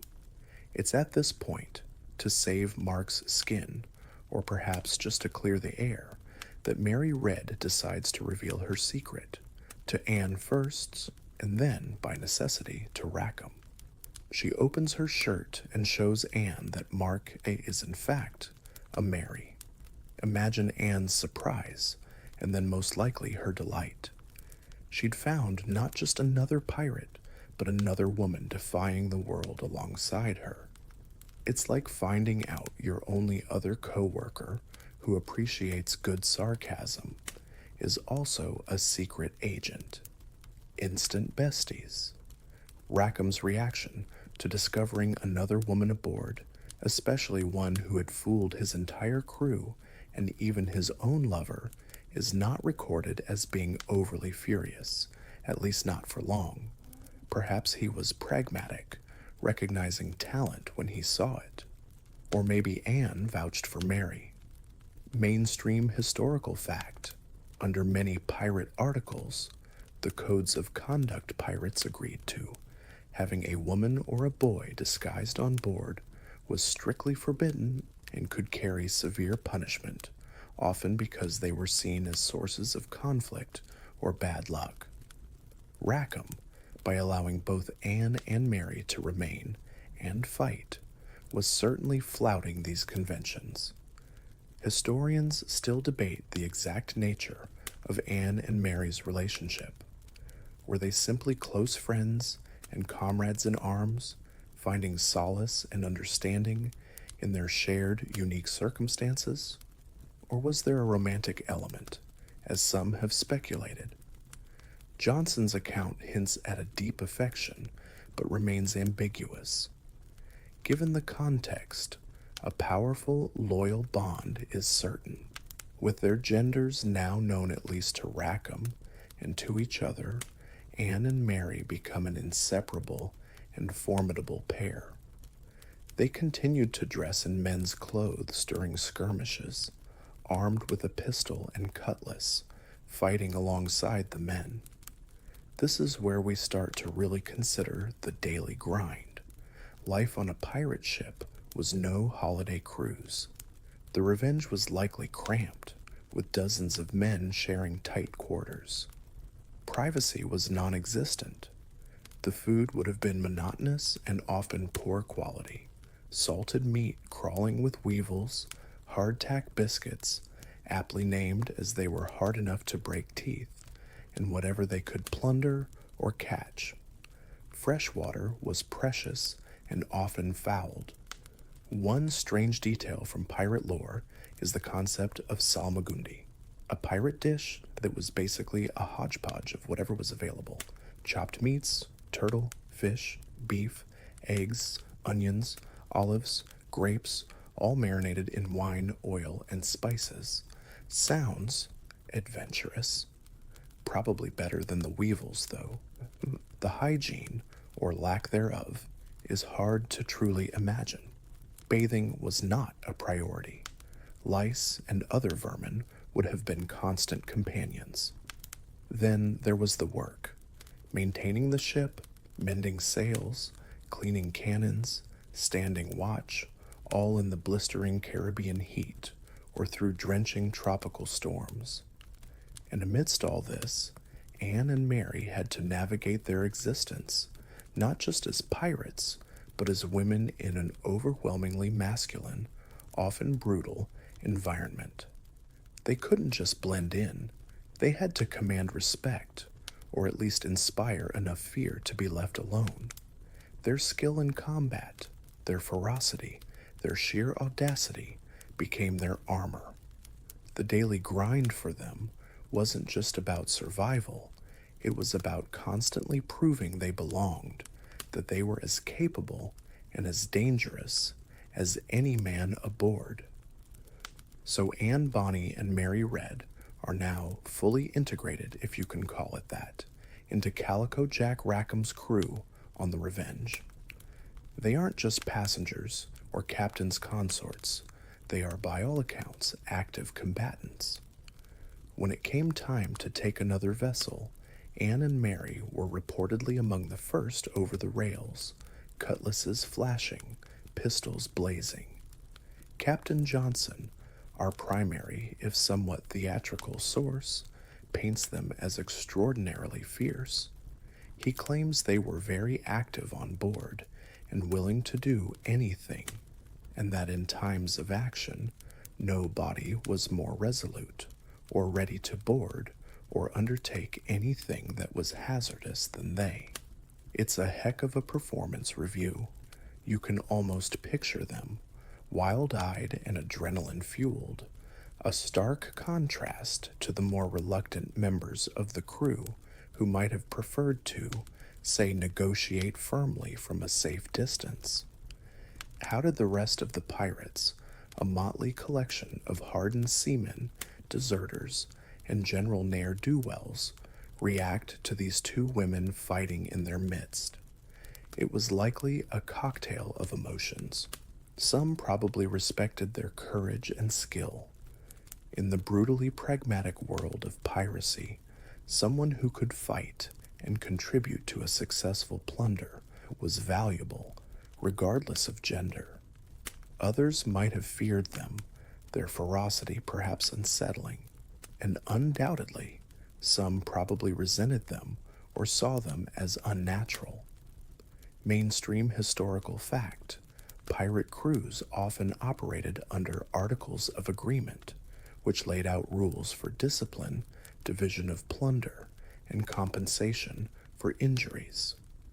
While these articles varied from ship to ship, they underscored a certain democratic and meritocratic element in pirate society, where ability could, in theory, outweigh social standing or even gender if you were exceptional enough.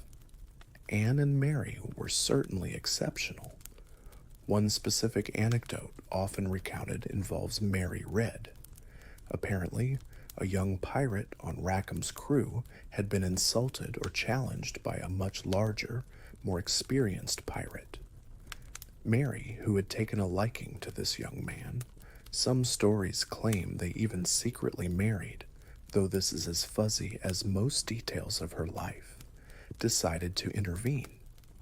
Instead of letting the young man face almost certain defeat in a duel, Mary picked a fight with the offending pirate herself, scheduling their duel for a few hours before the other one. She met him ashore, armed with sword and pistol. In the ensuing fight, Mary, a seasoned soldier, reportedly fought with such skill and ferocity that she killed her opponent. Talk about an overprotective friend, or if you're the bully pirate, a really, really bad day at the office. This act, if true, would have cemented her reputation as someone not to be trifled with. You thought facing a pirate was bad? Try facing a pirate who's really mad on someone else's behalf. The daily grind, when they weren't engaged in such dramatic duels or ship takings, was likely a mix of hard work and profound boredom. You're stuck on a small, overcrowded ship, often in stifling heat, with the same unwashed faces day in and day out. The diet was appalling. Imagine the joy of weevil-infested biscuits being the highlight of your culinary day. Water, stored in wooden casks, would quickly become slimy and foul. Rum and other looted alcohol were consumed in vast quantities, partly to alleviate the boredom, partly to numb the senses to their grim reality. This, of course, often led to quarrels and violence. One strange detail often mentioned in pirate lore is their fondness for elaborate clothing looted from prizes. Calico Jack was a prime example. So you might have this scene of incredible squalor and brutality, punctuated by men, and our women, strutting around in stolen silks and lace, like a particularly grim fancy dress party. Historians still debate how much of Johnson's portrayal of Anne and Mary's almost superhuman ferocity is accurate. Was he exaggerating to sell more books, tapping into the public's fascination with Amazonian women? Or were they truly that much fiercer than their male counterparts, perhaps because they had to be to survive and be respected in such a brutal, male-dominated world? It's likely a bit of both. The constant threat of capture and a gruesome execution also hung over them. Every sail on the horizon could be a naval vessel. Every port they dared to enter could be a trap. It was a life lived on the edge, a relentless cycle of pursuit, plunder, and paranoia. For Anne and Mary, this was their chosen existence, a far cry from the lives society expected them to lead, but one where, for a brief, violent period, they carved out their own legend, one pistol shot and cutlass slash at a time. Their reputation as a fearsome duo grew, but in the treacherous waters of the Caribbean, no pirate's career, no matter how notorious, lasted forever. So you're on board the Revenge with Anne Bonny, Mary Red, and Calico Jack Rackham, a notorious but perhaps not top-tier pirate crew. Their prime hunting grounds were the shipping lanes around Jamaica, Cuba, and Hispaniola. Forget massive treasure galleons laden with Aztec gold. Those were mostly a thing of the past by the 1720s. Mainstream historical fact, pirates in the later Golden Age, like Rackham's crew, typically preyed on smaller merchant vessels, fishing boats, and coastal traders. These were softer targets, carrying goods like sugar, molasses, rum, tobacco, textiles, and general provisions, less pieces of eight and more sacks of flour, but still valuable enough to sustain a pirate crew. It was less about epic naval battles and more about opportunistic smash and grabs. Think of them less as ocean-going warlords and more as very aggressive maritime burglars with a penchant for flamboyant clothing. The work of piracy, therefore, had a certain rhythm. First, the lookout perched high on the mast would cry, "Sail ho!" Then the tense pursuit. Pirate ships, like Rackham's sloop, the Revenge, were often chosen for their speed and maneuverability, able to chase down merchantmen or flee from naval patrols. If the target vessel didn't immediately surrender upon seeing the Jolly Roger, and who could blame them for hesitating when faced with Rackham's particularly stylish skull and crossed cutlasses? Then came the intimidation. A warning shot across the bow, shouts and threats. If resistance continued, it meant a boarding action. This is where Anne and Mary reportedly shone.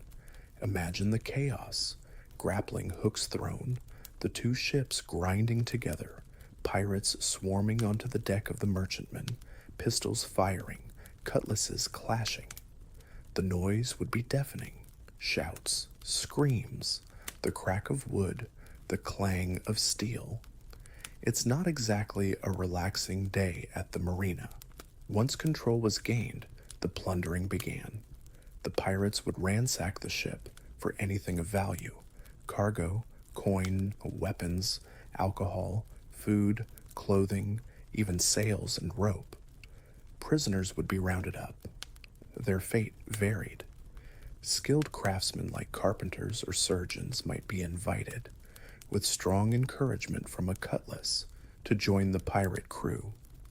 Others might be marooned on a desolate island, set adrift in a small boat, or simply released if their ship wasn't scuttled or taken. While pirates had a reputation for brutality, sometimes exaggerated, their treatment of prisoners often depended on how fiercely the crew had resisted. Anne and Mary, according to Johnson, were not known for their gentleness in these encounters.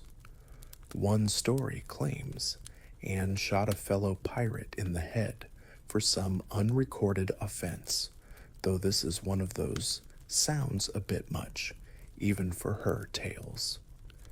Between these bursts of violent activity, what did the daily grind entail? A lot of ship maintenance, patching sails, tarring ropes, scrubbing the deck, though probably not to naval standards of cleanliness. There was gambling. Dice and cards were common pastimes.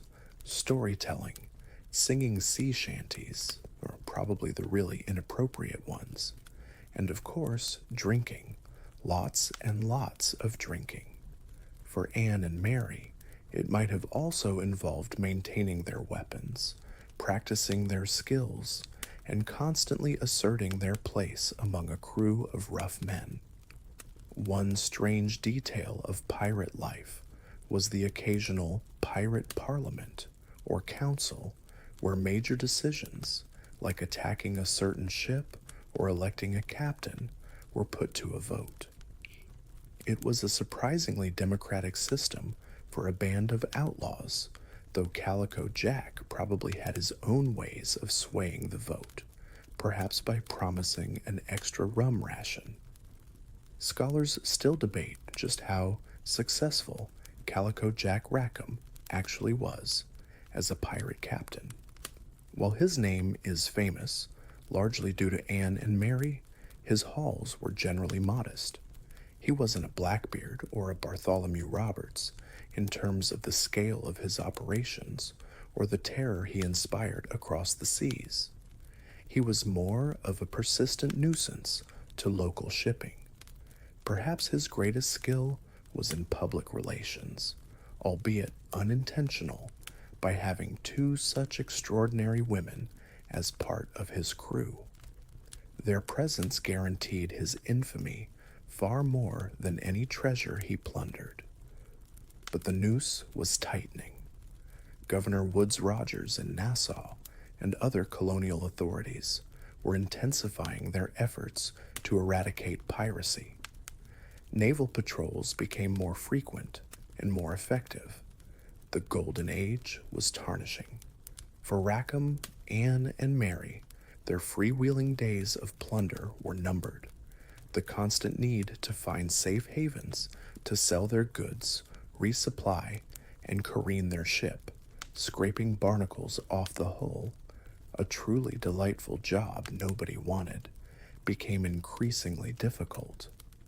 The daily grind of looking over your shoulder was probably exhausting. They were making a living of sorts, but it was a living lived on borrowed time, with the shadow of the gallows stretching longer with each passing day. Their brief, fiery tier across the Caribbean was heading towards its inevitable dramatic conclusion. So the party, as they say, was coming to an end for Calico Jack Rackham and his crew, including our formidable duo, Anne Bonny and Mary Red. It's late October 1720.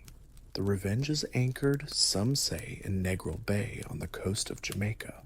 Others suggest Bry Harbor. Wherever it was, the crew, according to popular legend, was deep in a rum-induced celebration.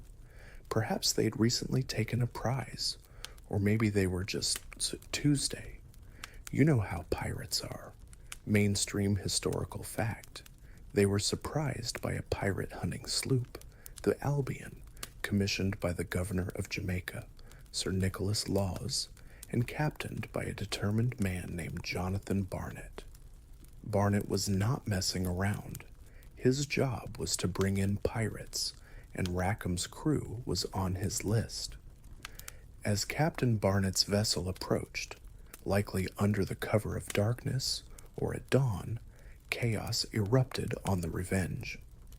Most of Rackham's crew, startled from their drunken revelry and probably not in peak fighting condition, scrambled for cover.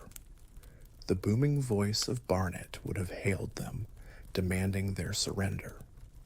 What followed, or rather, what didn't follow from most of the male pirates, has become a cornerstone of the Anne Bonny and Mary Red legend. While Calico Jack and the majority of his men reportedly dived below deck, cowering in the hold like frightened rabbits who'd misplaced their bravado, Anne and Mary stayed on deck. Imagine the scene: the deck of the Revenge lit by moonlight or the first rays of dawn, cannonballs perhaps already whistling overhead, the air thick with the smell of gunpowder, stale rum, and impending doom. Anne and Mary, if the accounts are to be believed, fought like cornered lionesses. They fired their pistols, wielded their cutlasses, and furiously berated their male crewmates for their cowardice. Picture Mary, perhaps, kicking at the hatch, screaming something along the lines of, "If there's a man among ye, you'll come up and fight like the man ye are to be." Or Anne, her red hair flying, a pistol in each hand, trying to rally the utterly demoralized and still half-drunk pirates. It's a dramatic, almost cinematic moment. One strange detail often included in the telling is that Anne, in her fury at the men's cowardice, fired into the hold, allegedly wounding one of their own, though whether this was intentional or a stray shot in the melee is unclear. Probably didn't improve morale down there either way. Stop hiding, or I'll give you something to hide from. But two women, no matter how ferocious, couldn't hold off a well-armed, determined boarding party indefinitely. Barnett's men swarmed the deck. The resistance, valiant as it was our heroines, was overwhelmed. The fight, if it could even be called that from Rackham's side, was short and one-sided. Soon, Anne, Mary, Calico Jack, and the rest of the surviving crew were clapped in irons, their brief reign of terror and flamboyant fashion choices definitively over. You can almost feel the cold metal of the shackles, the despair settling in as they realized the jig was well and truly up. The party was over. The hangover was going to be a trial, literally. Historians still debate the exact details of this final fight. Were Anne and Mary truly the only ones who offered any significant resistance? Or was this detail emphasized by Captain Charles Johnson and later storytellers to further highlight their exceptional bravery and to make the male pirates, especially Rackham, who was about to face a rather unsympathetic court, look even more pathetic. It's possible the truth is a little less black and white. Perhaps a few other men fought briefly before being overwhelmed, but the enduring images of Anne and Mary, standing defiant against the odds, a stark contrast to their captain hiding below. It's a powerful narrative, emphasizing their courage even in the face of certain capture. Whether it's entirely factual or partially embellished, it sealed their legendary status. Captured, disarmed, and facing the grim justice of the Jamaican authorities, their days of cutting a swath through Caribbean shipping lanes were done. The courtroom and the gallows awaited. So dragged ashore in chains, you can imagine Anne, Mary, and the thoroughly deflated Calico Jack Rackham being paraded through the streets of Spanish Town, Jamaica, or perhaps Port Royal. Accounts vary on the exact location of the trials, but Spanish Town was the capital. The gawking crowds, the humid Caribbean heat pressing down, the grim walls of the jail awaiting them.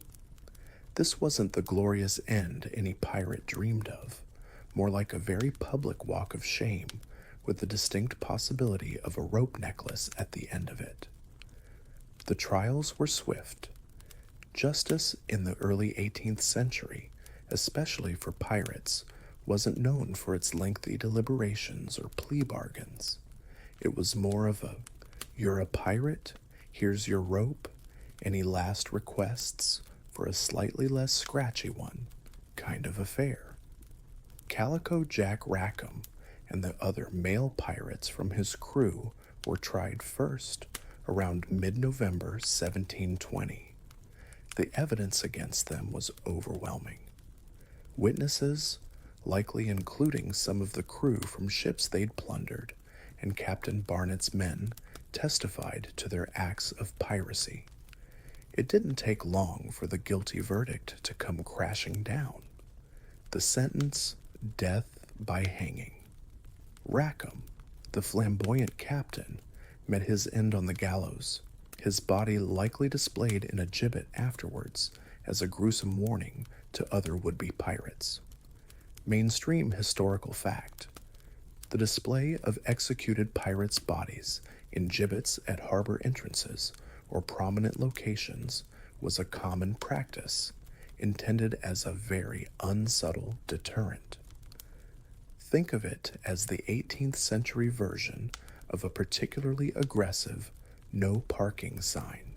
Now, for one of the most legendary moments in pirate lore. Anne Bonny was supposedly allowed to visit Rackham in his cell shortly before his execution. Perhaps the jailers thought she'd offer some comfort, some tender parting words. If so, they clearly didn't know Anne.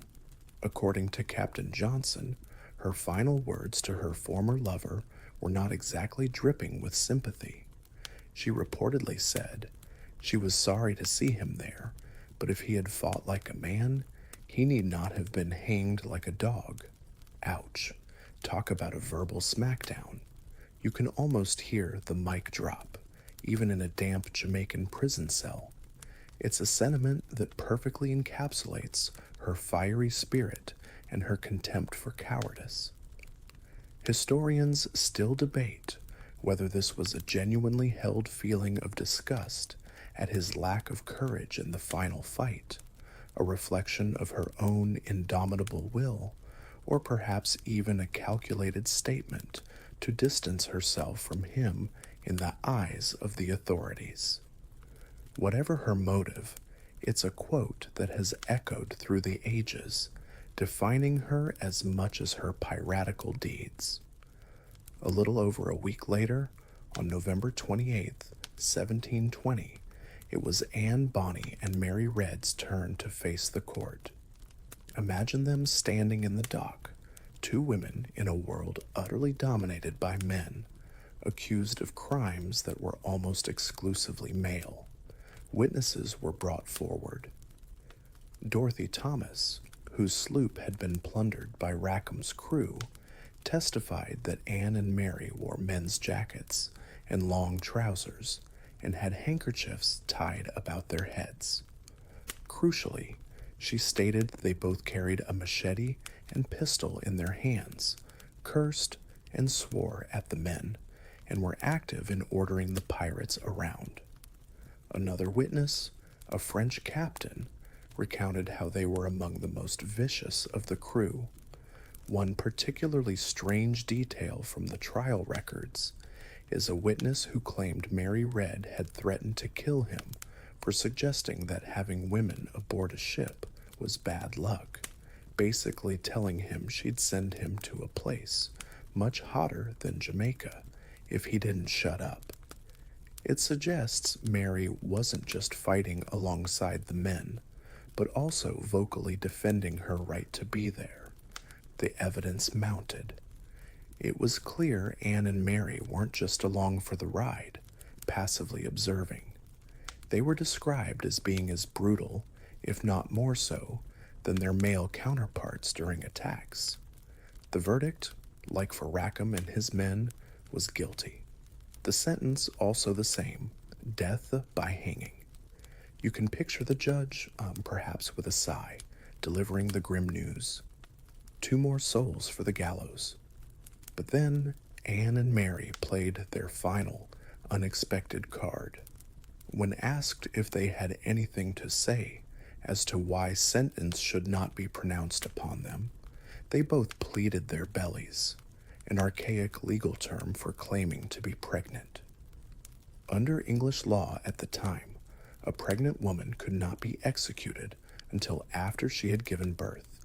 It wasn't a pardon, but a stay of execution. It was a desperate gamble, a biological loophole. The court ordered an examination, and indeed, both women were found to be quick with child. Their executions were postponed.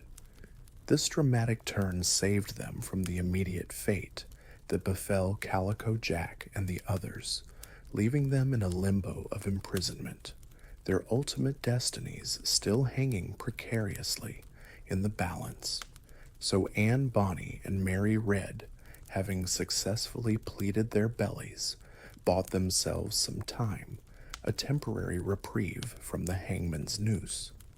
But a Jamaican prison in the 1720s was no luxury spa, even if you weren't on death row.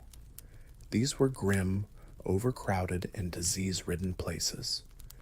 Mainstream historical fact, jail fever, likely typhus, was rampant in prisons of that era, often proving more lethal than the executioner. And this tragically seems to be what befell Mary Red.